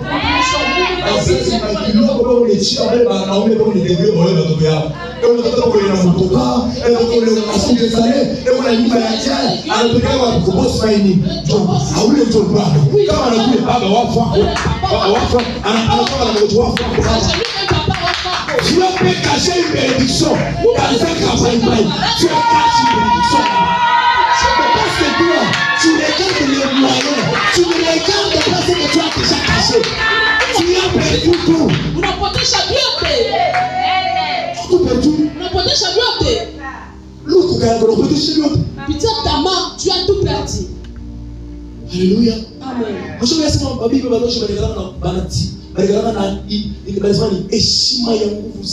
Des femmes sorcières sont tellement, ils ont du respect. Je vais parler. Yes. Une femme sorcière. Elle a du respect. Avant Après, tu les pousses. Tu peux même mourir. La façon qu'elle te respecte. Des fois, tu viens chez eux. Il te prépare. Il te prépare. La façon dont il est. C'est ça la femme. Et j'étais déjà saisi. Et toi, tu as. Pasteur Jamar, donne-moi l'argent de ajoute-moi. Prophète, Nabi, ajoute-moi. Maman pasteur, payez-moi un peu de ça. Qui peut me payer? Et moi aussi, je cherche la femme. J'attends. Attends, lorsque tu le fais entrer dans la maison. 2 jours, c'est beaucoup. Il te regarde. Tu veux aller où? À la montagne. Faire quoi? Les gens de l'église là ne perdent pas. Tu n'y vas pas, tu restes avec ton chez moi. Et t'enfermes dans la chambre. Et le serviteur devient bloqué. Et les serviteurs commencent à faire des philosophies. Le parent nous disait toujours, ce n'est pas facile. J'avais poussé une sorcière. Amen. Amen. Amen. Amen. Il est la joke. Lorsqu'elle voit ta maman, tu respectes. Des cadeaux chez maman.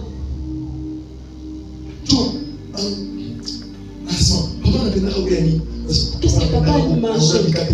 Les peines, les manèges. Et tu peux avoir ton fils.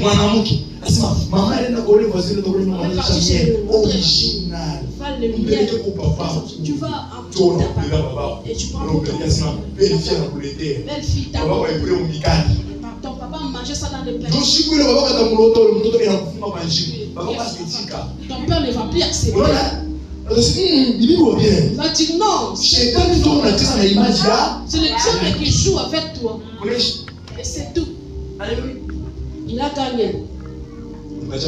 Amen. Amen. Tu as commencé le combat du sang. Le combat du sang. L'église commence.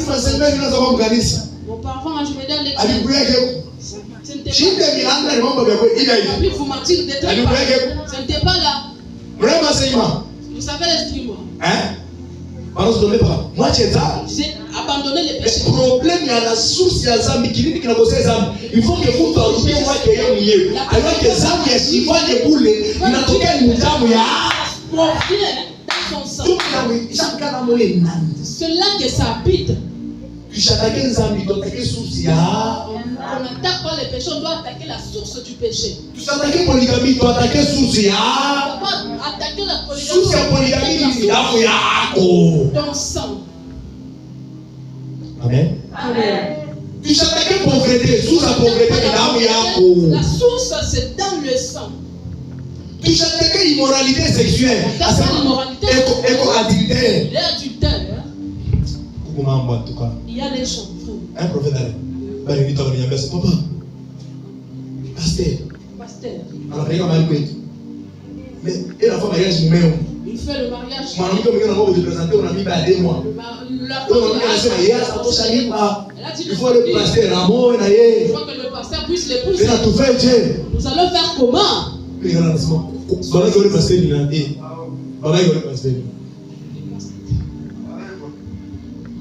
Vous allez voir que c'est là maintenant le combat.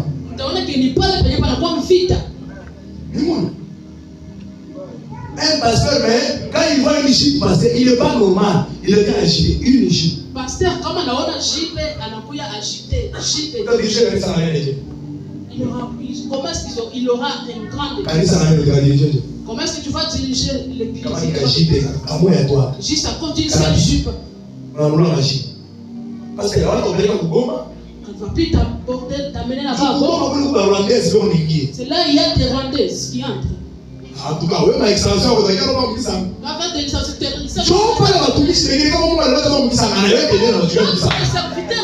que Toi qui nous fais pas. Tu ne fais pas. Il y a d'autres femmes qui viennent en culotte. Avec c'est 10 quoi? Qui me donne la main?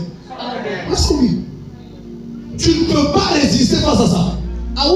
Résister au pitié na yile. Un pasteur qui ne sait pas résister face à l'argent. Parce que dans son sang, il y a le lien de pauvreté. Le poids de la pauvreté. Il suffit on est $5,000, maman on doit $5,000. Papa, je ne pas la ministre, moi, je tu as trouvé un ministère dans le il t'appelle d'aller prier chez lui. Tu veux le prêcher. Ils vont là-bas. Il y a ceci. Et là, moi je suis prophète. Quand tu me parles, arrête de mangongo. On t'a déjà informé concernant cette famille. Il est cette loukoumina va te tuer à cause de c'est un problème qui est dans ton sang. Tu es pauvre. Finis d'abord avec la pauvreté qui est dans ton sang.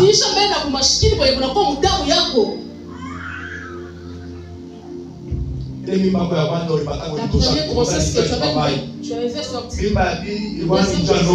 C'était le deuxième. Juste pour l'iPhone 16 Pro Max. Tu vas? Ma soeur, tu vas? Maintenant, un mari.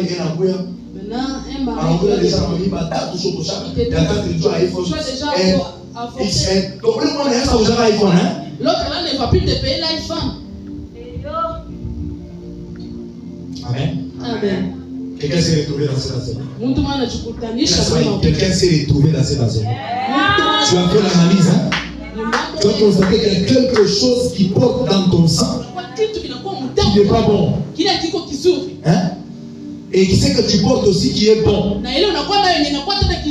C'est ce soir qu'il faut prier pour ça. Alléluia. Amen. Alléluia. Alléluia. Écoutez, si dans ton sang il y a la condamnation, Dieu avait déjà préparé un sang qui en lui il n'y a pas de condamnation. Si dans ton sang il y a la mort, Dieu avait préparé un sang dans lequel il y avait la vie. Si dans ton sang il y avait les maladies, Dieu a préparé un sang dans lequel la maladie n'habite pas. Si dans ton sang il y a une réclamation à la pauvreté, il y a un sang qui porte toutes les richesses du ciel, de la terre et en dessous de la terre. Ces richesses sont de l'instant de l'homme. Et cet homme, c'est Jésus-Christ. Si aujourd'hui, le sang de Jésus tombe sur toi, la maladie va partir. Si le sang de Jésus ce soir tombe sur ta famille, cette maladie héréditaire va te loger. Si le sang de Jésus tombait dans votre famille, la condamnation qui était héréditaire, qui avait commencé avec ton grand-père, ton arrière-grand-père, avec ta mère, avec tes tantes, avec tes oncles, cette condamnation tombait là. Le problème, le sang de Jésus. Donnez-moi le sang de Jésus. Donnez-moi le sang de Jésus. J'avais expliqué une chose. Que le sang de Jésus n'est pas le sang d'un humain. Le sang de Jésus, c'est le sang d'un Dieu. Et j'avais dit une chose ici. Que le Jésus que moi je prêche n'est pas le fils de Marie. Le Jésus que je prêche n'est pas le fils de Marie. Ça va te choquer. Mais je te dis la vérité. Jésus que je prêche n'est pas le fils de Marie. Le fils de Marie est mort. On est parti l'enterrer. Il est mort. Mais celui qui est ressuscité dans le séjour de mort, il est monté avec toute puissance.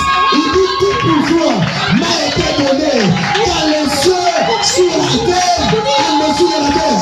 Celui-là n'est pas le fils de Marie, mais celui-là, c'est le fils du Dieu plus grand. C'est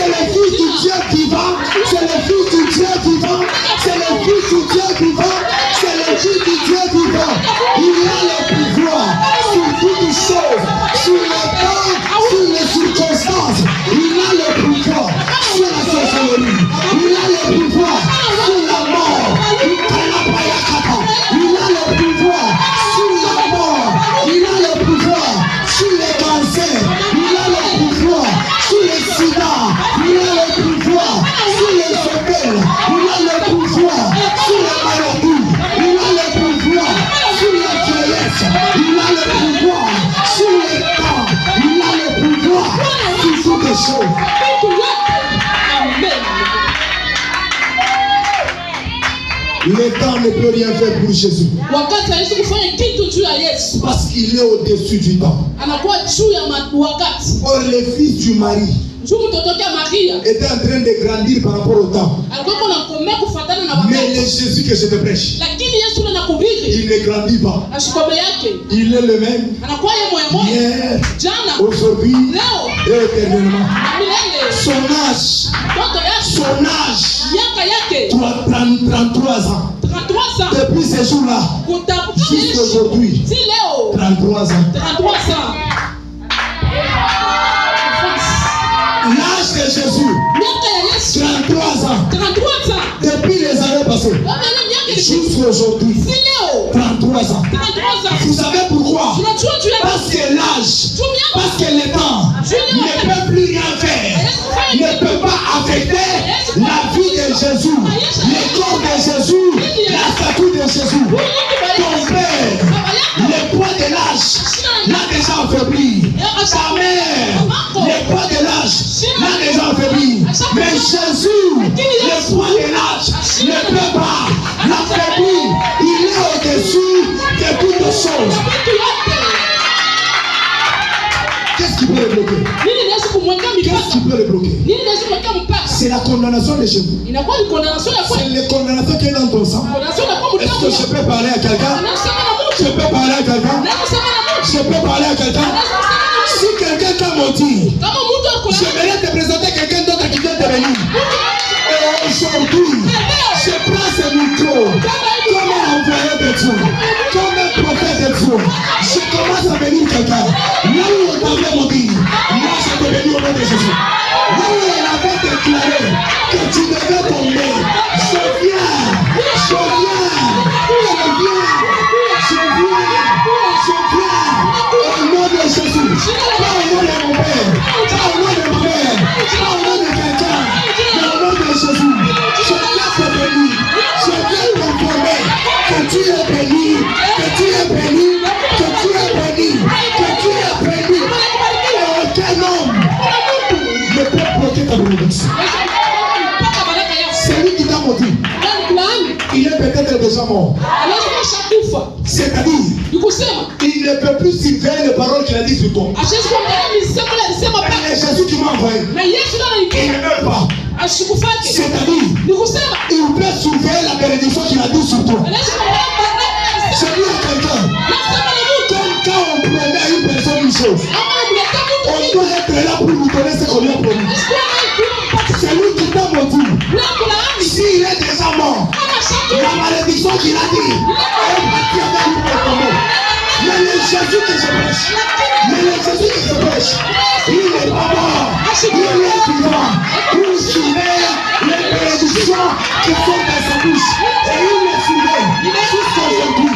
Tout ce qu'il a dit, il accomplira. C'est lui qui t'a menti. Avec une taille, avec une masse. Mais le Jésus que je te présente n'a pas une taille, n'a pas une masse. Le ciel est son trône, la terre est son marchepied. Quand il descend, il ne descend pas.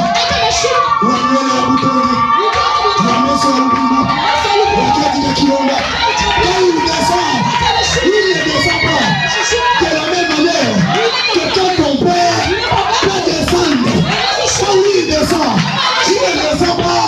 De la même manière que ta mère peut descendre. Lui quand il vient, il ne vient pas. De la même manière que ta mère peut venir. Je peux parler à quelqu'un. Je peux parler à quelqu'un. La mort est venue chez Marie et Marthe. Elle a vu la vie de Lazare. Et quand Marie et Marthe étaient là, bien que c'était leur soeur, bien que c'était leur frère, ils ne pouvaient plus rien faire pour lui. Mais quand ils sont appelés, un homme qu'on appelle Jésus, quand on l'a appelé, Jésus est venu. Il s'est venu devant le tombeau de Lazare. Il a dit, il est vrai. Quand tu étais mort, je n'étais pas là. Il est vrai. Quand cette maladie était venue, je n'étais pas pas là. Mais j'ai le pouvoir de ramener le temps en arrière. Afin que le temps m'explique les séquences que j'ai ratées. Je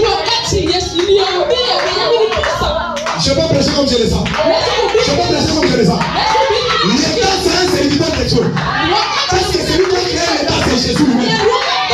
S'il y a quelque chose qui est arrivé, et que Jésus-Christ n'était pas sous les lieux, ce soir, je l'appelle afin qu'il vienne chez toi. Qu'il demande le temps de rentrer en arrière afin de donner le rapport à Jésus. Pourquoi? Parce que c'est Jésus qui doit décider qui doit mourir et qui doit vivre. Si la maladie va aborder, Jésus est venu. Jésus est venu. Jésus est venu. Et ce que j'ai aimé, je fais tout ceci. Lazare, sors. Et ce jour-là, Lazare, qui était déjà mort, après 4 jours, est rentré à la vie. Ma prière ce soir, c'est qu'on a tué chez toi, est en train de ressusciter.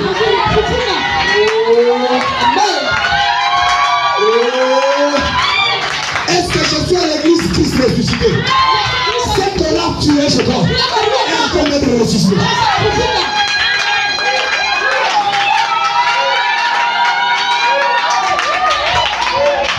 Écoute, tu fais bien m'acclamer. Parce que tu n'attends pas un homme. Parce que tu n'attends pas le nom de quelqu'un. Mais tu acclames Jésus. Tu acclames Jésus. Il est en train de venir. Il est en train de venir. Il est en train de venir. Il est là chez toi. Il connaît ton adresse. Il connaît chez toi. Il connaît la parcelle. Même si le chemin qui mène jusque chez toi, c'est un chemin impraticable. Jésus n'a pas besoin de prendre une voiture pour venir chez toi. Il n'en a pas besoin. Jésus n'a pas besoin. Les embouteillages ne peuvent pas arrêter Jésus. C'est maintenant que je parle. Jésus est en train de partir chez toi. Je dis c'est maintenant que je parle. Jésus est en train de partir chez toi. Tout ce qu'on avait tué, il y a un miracle qui vient de se faire.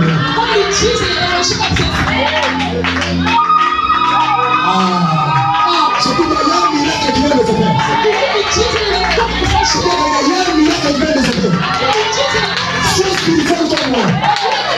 Il y a un miracle qui vient de se faire. Kudu Kristo moi napota mtumbo ya Mungu. Kudu pandisi moi na shimuka. Yeye soteleri. Aujourd'hui on est là quelque part. L'homme de Galilée. Le plus au ciel. L'homme de Galilée. Le plus dans le tombeau. Mais l'homme de Galilée est ici dans cette église. Et ce soir, il est ici. Il va chez toi. Après le décapé.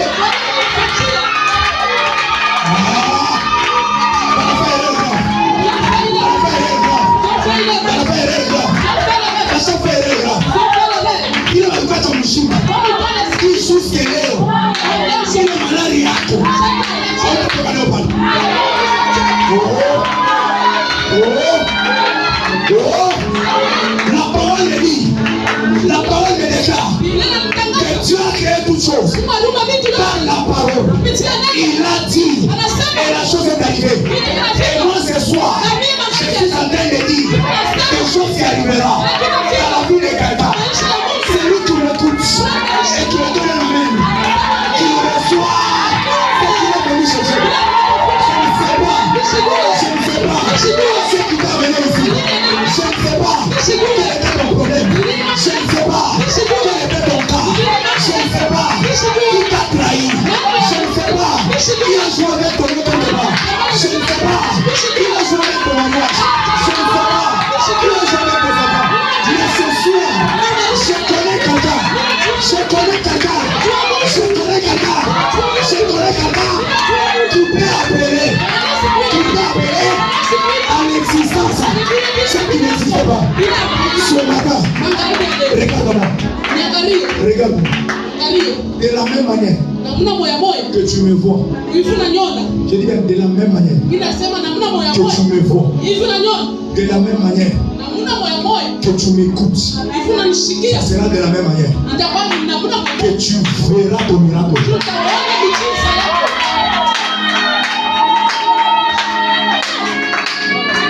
Alléluia. Alléluia. Alléluia. Quelqu'un ajoute un autre amen. J'ai dit à une personne. Il est malade, il doit qu'il s'agit de Guichi. Ça, il est malade, il est malade, Ça, c'est tout le temps. C'est pas le sang de Jésus. Dans le sang de Jésus, il n'y a pas de maladie. Ok. Tu vois ce qui fait pour les ordonnances dont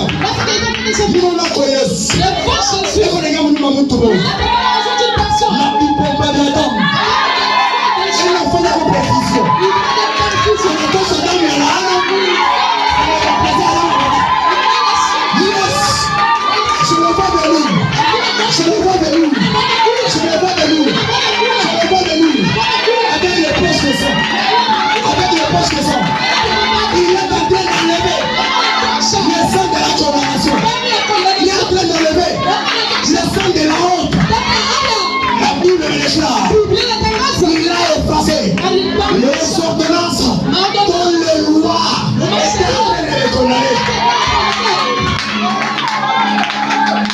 Cette parole-là vient de prendre chaîne aujourd'hui. Je vais prêcher. Je prêche avec toi. Quelqu'un dit avec moi tout. Dis avec moi tout. Tout pouvoir m'a été donné dans le ciel sur la terre. Dis avec moi tout. Tout genou fléchira devant le nom de Jésus. Dis avec moi tout. Il déroule tout devant son nom. Dis avec moi tout. Quel que soit les sorciers, quel que soit les marabouts, même quand le nom de Jésus va fléchir. Dis avec moi tout. Mort et l'argent m'appartient. Dis avec moi tout. Même les péticheurs, dis avec moi tout. Il est le Dieu qui règne sur toutes choses. Dis avec moi tout. Il est le Dieu qui règne sur la mer. Dis avec moi tout. Il est le Dieu qui règne au ciel. Dis avec moi tout. Il est le Dieu qui règne sur les sociétés de la vie. Le même Jésus fera quelque chose dans ta vie. Il n'a jamais menti. Alléluia. Alléluia. Quand il donne sa promesse, il ne regarde pas l'âge de quelqu'un. Quand il donne la promesse, il ne regarde pas l'âge de quelqu'un. Tu peux être quelqu'un qui ne connaît même pas prier. Mais Dieu t'appelle prophète. Dieu t'appelle intercesseur. Pourquoi? Il ne regarde pas tes qualités pour te qualifier. Ce soir, je vais présenter un Jésus qui a le sang, qui enlève la condamnation. Et fais ceci. Fais avec moi un pas en avant. Le Jésus que tu es venu chercher, c'est un Jésus qui ne recule jamais devant le tribunal.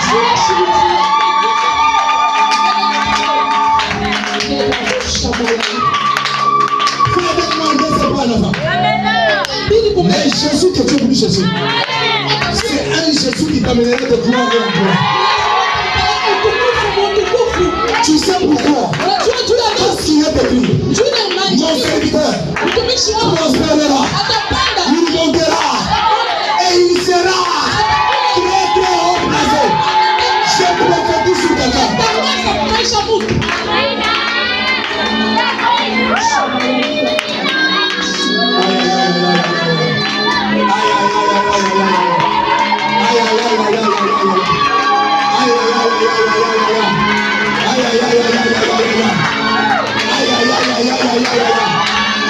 sens que les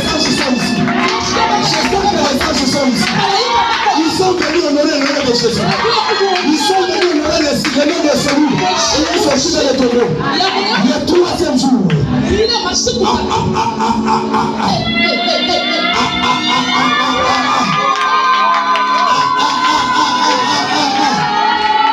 Celui qui a défié la mort. J'aimerais parler à quelqu'un. J'aimerais parler à quelqu'un. De la même manière que tu es debout. Tous ceux qui ne pouvaient pas se tenir debout dans ta vie.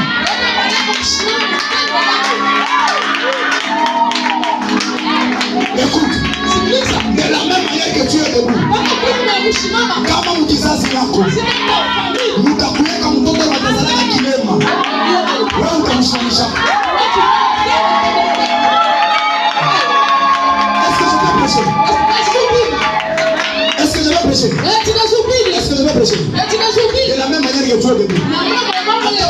mon entreprise. Une entreprise iko kwa maibu. Parce que on cherche mon présence ya Mungu. Utasimamisha ile entreprise. Je peux prophétiser quelqu'un. Utasimamisha ile entreprise. Je peux parler à quelqu'un. Hata kama mkizaji wanaua watu wote. Unatalamusha kitu. Nasema ni wewe. Nasema ni wewe. Hapo tatosha kitu mkizazi. Kama watu watakaka. Kama kitu katika. Je dis à quelqu'un. Kitu chako akita katika. Hata unapiga kibanda. Hata unapiga ndeka.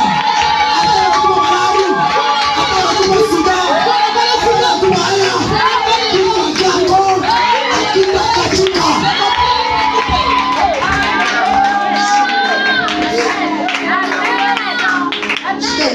Écoutez, c'est ça. Je voulais que tu te mettes. C'est de la même manière que tu es debout. Tu sais la chose que tu vas faire. On a dit que tu l'as. De la même manière que tu es debout. Quelqu'un me donne un amen. Amen. Vous savez la position avec laquelle Lazare était sorti dans le tombeau. Quand on a amené Lazare dans le tombeau, on l'avait soulevé. On l'a mis dedans. On l'a embaumé. On l'a bloqué. Il était embaumé comme ça. Dans l'habitude, quand Lazare était en train de marcher pendant son vivant, il marchait comme ça. Maintenant, quand il est mort, Jésus-Christ est venu pour le ressusciter. Lazare ne marchait pas. Là où il était, quand la pierre était roulée, Lazare était en train de faire ça. Lazare était en train de faire ça. Le feu de ma prière, ce soir, tu ne marcheras plus.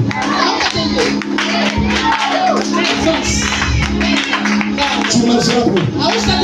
Là, pourquoi t'aider au bas? Tu ne t'aides pas bandit. Ça va pas ça. Ou pas ça pour nous. Ou pas ça pour nous. Ou pas ça pour nous. Ou pas ça pour nous. Dans la rapidité. Je dis dans la rapidité. Aucun homme n'atteindra ta vie. Tu avais mon nom de Jésus. Tu avais mon nom de Jésus. Tu avais mon nom de Jésus. Tu avais mon père, mon père. Aïe, aïe, aïe, aïe. Je ne te sens pas encore. Dis avec moi, mon père, mon père. Quand ma mari est allée. Kama mudamu yangu. Mulikuwa condamnation. Leo.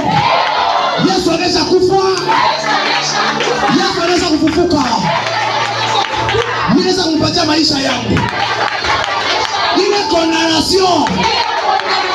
Haina na uwezo.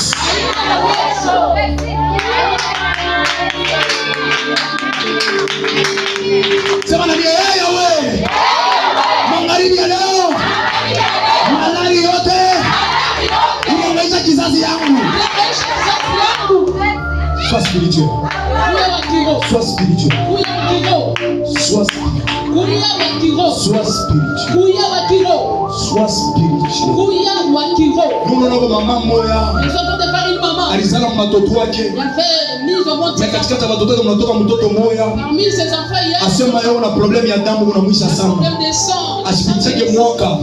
Asipitike 3 mois. Anaisha damu. Ainsi il est en train de parler le Seigneur. Mino nako damu ya ule mtoto. Je vois les sons de cette alikuwa basa kuandika SS. Mungu nako bana changer code ya damu. Je vais changer le code de ce sang.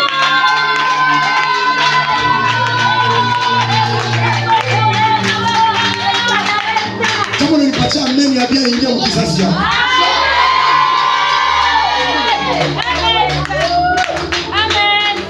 Ikue mloko yako, ikue ndugu yako, ikue sangaji yako, ikue myomba yako, ikue na damu ya SS. Un miracle vient de se passer. S'il n'y a pas de miracle, pourquoi prêcher de Jésus? Donne-moi un amen. Donne-moi un amen. Magharibi ya leo. Magharibi ya leo. Kama mudamu yangu. Mlikuwa pauvreté, kama mudamu yangu mko kuhangaika, kama mudamu yangu mko kabuloshi, leo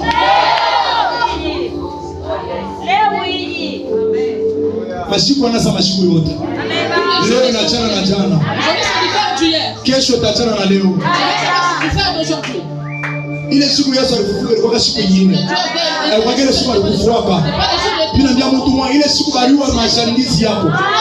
Na leo ni siku bila kuachana. Ile siku balichezea pakashi yako. Ile siku baliklapa ministeri yako. Ile siku balicheza na neema yako ya ndoto. Ile siku balicheza dimension yako ya vision. Ile siku balicheza na butumishi wako.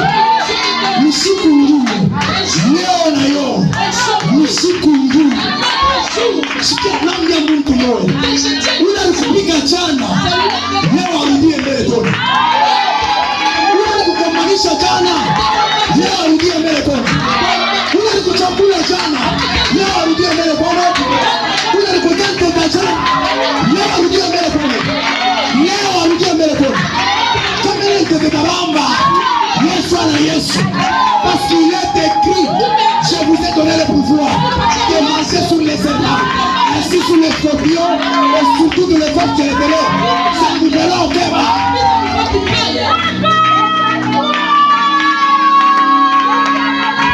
C'est Jésus qui est élevé ici. C'est Jésus qui est élevé ici. C'est Jésus qui est élevé ici. C'est Jésus qui est élevé ici. Sorcellerie à quoi nous l'avons.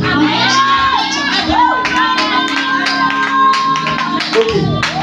Nenda kushimisha aya. Je vais renforcer la sura ya mtu mmoja. D'où le front d'une personne. Wanacheza na kazi yako sana.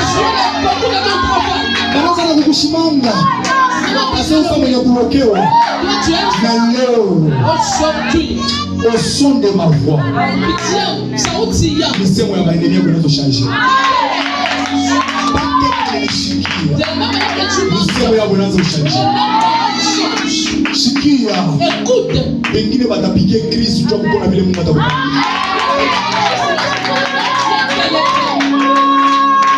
Lazima papa. Papa mpesa kuisha. Ashuko na kapitali. Alipasha kuisha. Il était déjà fini. Anataka Mungu kutumika. Alipasha kuisha. Il était déjà fini. Je viens te présenter les réparateurs de péché. Je viens te présenter l'ancien de jour. Il a la capacité de réparer ce que nous avons détruit. Elle va bien. Balifa bien bakuchezea. Ils ont fait bien de se jouer de toi. Ile gloire Mungu atafanya maisha yako. Parce que la gloire que Dieu va faire de son dans ta vie. Gloire ile Mungu ashafanya kama kizazi C'est yako. la gloire que personne n'a jamais fait. Tu seras la première personne à porter ça. Regardez-moi. Sema na mimi hivi. Tu as fait moi c'est ça. Mudamu yangu. Dans mon Sasa ya mudamu yangu. Kama ngambo yangu. Kama kungambo baba bangu. Kama kungambo mama wangu. Kama kungambo babibi yangu. Kukumambo wangu baya. Ile basa kufanyaka. Inafaa kuniteswa mimi. Inafaa kuniteswa watoto yangu. Le 13 avril à 18h. Mimi nasema hivi. Ile mambo ni ya Mungu.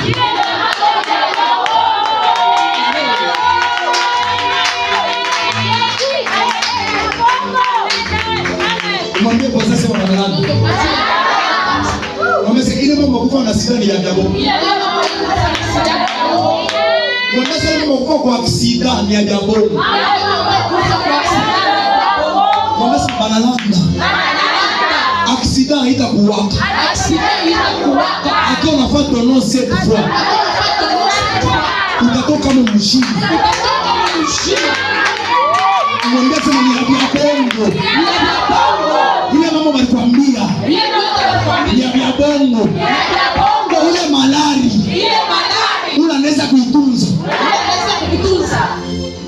vais choquer quelqu'un. Je vais choquer quelqu'un.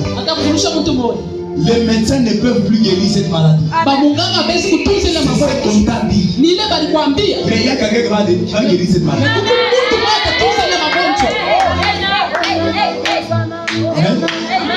Amen. Amen. Vous êtes au Naïman, il va sortir comme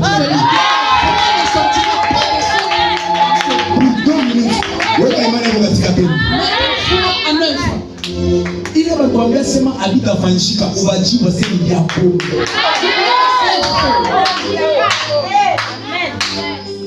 Sinon, bien ami, bateau comme Batakomia, bateau comme Batazeka, bateau comme Bataoua, bateau comme Bataoua, bateau comme Batafa Maria Chama, bateau comme Bataïcha Masson, bateau comme Batamtukia Mungu. Bangalayo batamtukia Mungu. Kizazi cha mtamtukia Mungu. Niye na madawa kwa jiki. Niye na madawa kwa jiki. Ninatoka mo. Est-ce que tu peux claquer le métier avec moi? Hey Yahweh. Hey Yahweh. Magharibi ya leo. Magharibi ya leo. Ile mambo madawa. Nile ikadala. Nile ya bongo.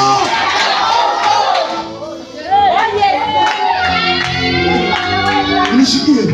Ile malaria attention. Ile unaweza kusikia sonari. Viens me toucher la main. Tu as l'hypertension. Tu as l'hypotension. Si tu te fais souffrir. Mais on met cette tension on la bande. On met cette tension on la chouka.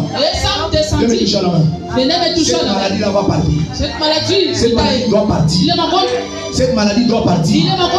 Cette maladie doit partir. Ce n'est pas ta maladie. L'hypertension. L'hypotension.